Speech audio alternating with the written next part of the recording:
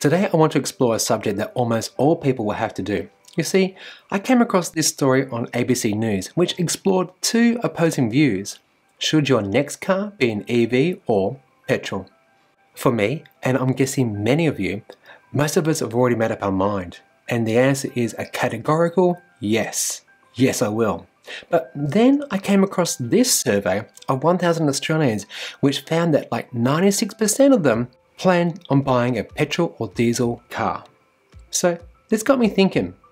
In most parts of the world, governments have mandated that from 2025, 2030 or 2035 that no new internal combustion engine vehicles can be sold, meaning that, like it or not, that petrol head friend of yours who likes to buy a new car every 3 years will have to buy an EV, unless they go second-hand, that is. But then in doing so, the person who stays with petrol or diesel as long as they can will be faced with higher prices for like parts, servicing and fuel, as that's just how economics works. The less common something is, the more expensive it becomes. And so with all these factors at play, ICE car bans, car companies going electric, and shifting consumer sentiment, I'm going to explore these issues and answer this question. In Australia, when will 100% of new vehicle purchases be EVs? To answer this, we need to travel back in time. At the turn of last century, a transition was occurring where horses and bicycles were being replaced by cars. Using US stats from 1907, they had 140,000 registered cars and 2,900 trucks. A decade later, those numbers increased 33-fold to almost 5 million cars and a 134-fold increase in the number of commercial, agricultural and military vehicles to almost 400,000. This was due to production efficiencies, increasing wealth and World War I. Cars became considerably cheaper. The Ford Model T, which sold for $850 in 1908, was only $260 by 1916. Oh, and PS, I tried to find numbers like for Australia from the early 1900s, but couldn't. And whilst we're actually having a quick little break here, a little bit of a detour, shall we say, early petrol cars were actually difficult to drive, hard to start, and well, noisy beasts. So for a short while, people preferred electric cars. In fact, they were just as popular as horses and buggies, and well, outsold petrol cars. But as reliability of engines improved, ease of starting them as well, roads pushed into the countryside, and well, car companies played the old "real men drive petrol cars, not these girly electric vehicles." Yeah, sadly that happened. The transition to ICE cars quickly occurred as electricity remained something that was readily available in cities and suburbs, but not in the country. So recalling what I said moments ago about the growth of cars in the US, a staggering 33 to 134 times growth in just 10 years. That was truly huge and something that we need to appreciate.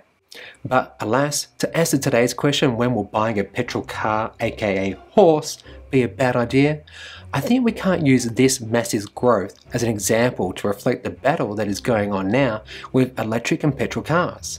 Why? Because back then, a horse and buggy, bike or walking, all very much dominant forms of getting around before cars, could only go so far, nor so fast, and they couldn't compete with cars. So unlike now, where there are literally hundreds of cars to choose from a choice of like makers and different price points, features, and well, how far you need to go, unlike at the turn of the century, last century that is, we don't have this polarizing separation. No, we basically have one car and one car. This Audi versus this Tesla. You get the idea. Both are cars. Sure, they use different fuels, but fundamentally, they are both cars. So the transition to EVs won't be as fast, or will it? So let's take a look at the current state of affairs and understand how Australia and the rest of the world are going with EV adoption. In Australia, 2020 saw a modest increase in EV sales, from 0.06% of all new car sales to 0.75% in 2020. Not bad considering we had the height of COVID-19 restrictions, massive economic disruption, and a government who doesn't support people getting into EVs. By contrast, overseas EV sales jumped by at least 43% in 2020. That comprised of 3.24 million new battery electric vehicles and plug-in hybrid vehicles, compared to just 2.26 million in 2019. And the standout here, 1.4 million were sold in Europe. A 137% increase in EV sales in a year when the overall vehicle market was actually 20% down. Looking to China, they were up 12% and the US sales increased by 4%. And guess who the biggest EV adopter was in 2020? Comment below before I give you the answer. Germany. Yep, they increased by 254%, comprising of 191% year-on-year growth in battery electric and 351% for plug-in hybrids. Heck, we actually saw a similar thing in Australia with almost 100% growth in 2019 around hybrids. But as big as those numbers sound, remembering we're talking about annualized growth, the truth of the matter is that those 398,000 electric type cars sold in Germany only made up about 10% of the overall sales. So I hear you saying the majority of vehicle sales are still people buying petrol or diesel cars. Why is that? It's not like Europeans travel vast distances. They don't. Little side note here, that's less than like 10 kilometers per day for Europeans and 40 kilometers a day for Aussies. And those lucky Europeans have access to more than 100 different types of electric vehicles from almost all car makers. And they have access to more than 100,000 chargers and governments that incentivize owners into electric cars. Yet, almost 30 million new vehicles were sold in Europe in 2020, and EVs only made up 1.3 of this figure. Remembering, this is a region that has for several years given residents a plan of when the sale of new petrol cars and diesel will discontinue. Most of them are like in 2030 or 2035. Plus, they also have numerous incentives, many financial, to get people into EVs. So why? Why are people still choosing petrol cars? Is it charging infrastructure? No. Is it distance? Absolutely not. Is it price? Maybe. Depends on which country you're looking at. In most countries, EVs are still more expensive than their petrol equivalents, and this will automatically mean that most car buyers getting in an EV is, well, out of the question. There may also be there's something better around the corner, and car buyers who could stretch for an EV, brand new or second hand, but they actually want one with maybe X features or X range. This is actually difficult to answer, and it depends on who's doing the research and where you're looking. Maybe people know that the price parity of EVs is close, so for them, they might buy a new car every 3 to 5 years, by which stage they figure an EV will be the same price, if not cheaper, than a conventional petrol car in the very near future. And well, this car that they're currently driving will be the last or second last car. But these numbers I've just rattled off aren't what we're seeing in Norway, which is where we're heading to, the future.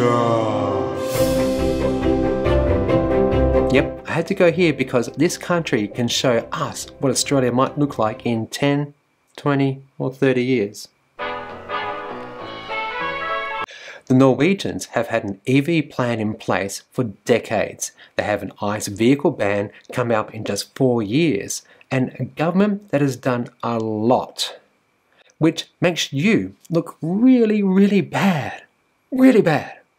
From 1990, after AHA, yeah, you remember those guys?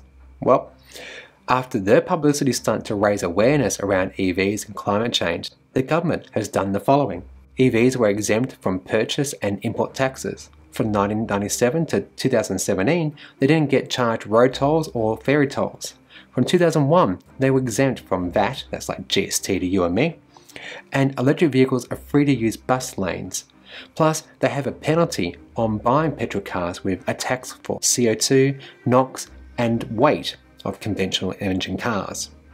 Heck, there's a lot I'm leaving out here in the interest of time, but you get the idea. Norway has its stuff sorted. So, they have 2,500 charging stations and more than 12,000 charging points. Their country is only the size of basically Queensland's Golden Sunshine Coast. You know, that little slither of land? Similar size. In total, they've only got about 523 kilometres of freeways, and residents can choose from almost 100 different types of electric vehicles, and buying an EV in Norway is cheaper than buying a petrol car. I mean, check this out. An Audi A4 Avant Advanced 35 is a 2-litre petrol car and costs $75,000 Australian. A Tesla Model 3 long range, same sort of size, can be purchased for $68,000. And add to that, petrol in Norway is extremely expensive, very expensive. So to fill up that Audi or any petrol car is going to cost way more than the Tesla Model 3. And then for context, and here's where I'm going here. Last year in Norway, 54% of new vehicle sales were EVs, but 46% were petrol. Why? What is wrong with those 100 they can choose from? Were they not fit for purpose? No electricity in far the northern sections of Norway? Maybe, I've never been, but it appears as though most of the population is actually in the southern half of the country. So in 2020, Norway achieved yet another massive year of EV sales, with some months seeing uptake as high as 70%. Total number of battery electric vehicles is 349,000. So compared to the total number of cars in Norway, that is roughly just 13% of all vehicles. Recalling before, class leader Germany at 10%, and well, us in Australia, we've got about 20,000 EVs amongst 19.8 million vehicles. I'm embarrassed, I really am, I'm so sorry. But I guess we had to start somewhere. So let's try and find some answers. In the 1900s, car adoption in one decade jumped 33-fold. In Norway, from 2010 to 2020, they've done a mammoth leap by 134 times. That's way more than what America saw in the early 1900s. It goes to show what favourable government policy can do. But remember, after 30 years of support, the total fleet of pure battery electric cars in Norway is still just 13%. These guys are just 4 years away from not being able to buy a brand new petrol, diesel or hybrid car. And so, would it surprise you that Norwegians keep their cars on average for 12 to 18 years? Will that ICE car be a problem with getting parts, servicing and eventually selling to a second-hand market? No. Whilst there still remains such a large proportion of petrol cars in Norway, and well, the rest of the world for that matter, they'll be fine for petrol and consumables for at least another 10 years. What does that mean for us Aussies? Well, the answer is complex. We have no fuel or emission standards, nor a petrol car ban. Automakers could, and will already do, send dirty, filthy, gas-guzzling petrol and diesel cars. And although countries around the world will see all new registrations as 100% electric, we will for some time yet see petrol cars favoured over them. This I'm going to call the do-nothing approach to EV adoption. Something you do real well.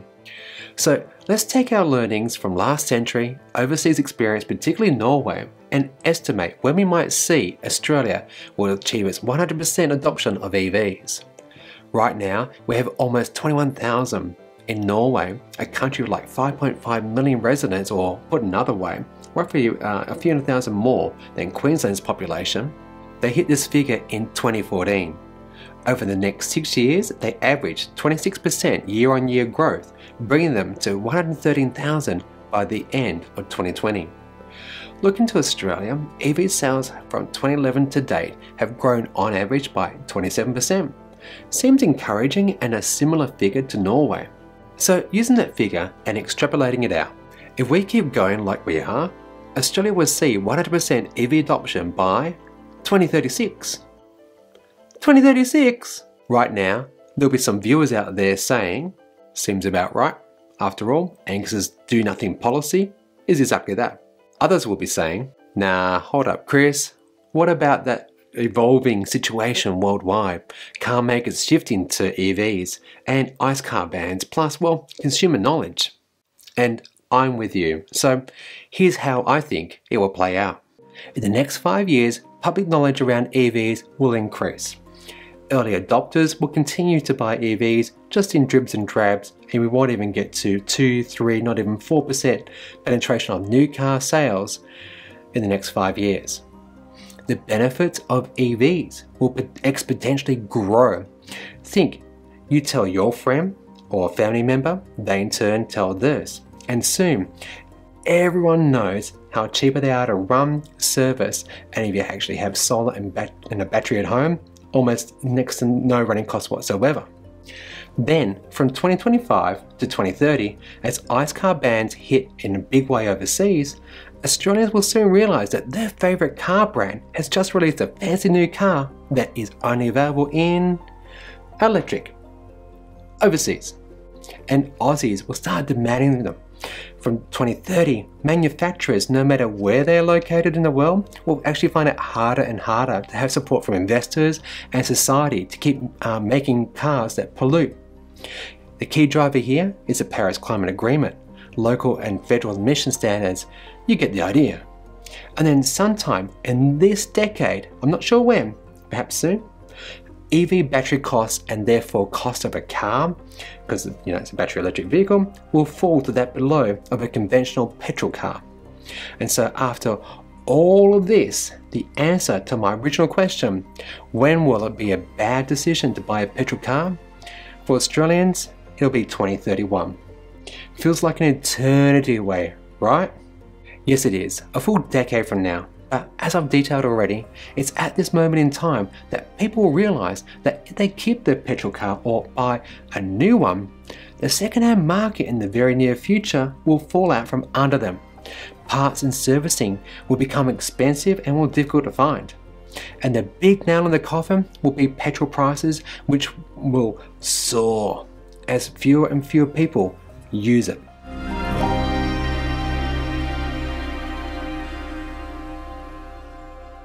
So, I'd like to hear from you. When do you think buying a petrol car will be a bad decision based upon resale value, parts availability, and running costs? Please comment down below, and whilst you're out there, please subscribe. It's free, and smash the little thumbs up button and share this on your socials with friends and family, because after all, you've got to warn Dave, Barry, Susie that this might be the last petrol car, and to start thinking about the future and what EV they'll be driving into.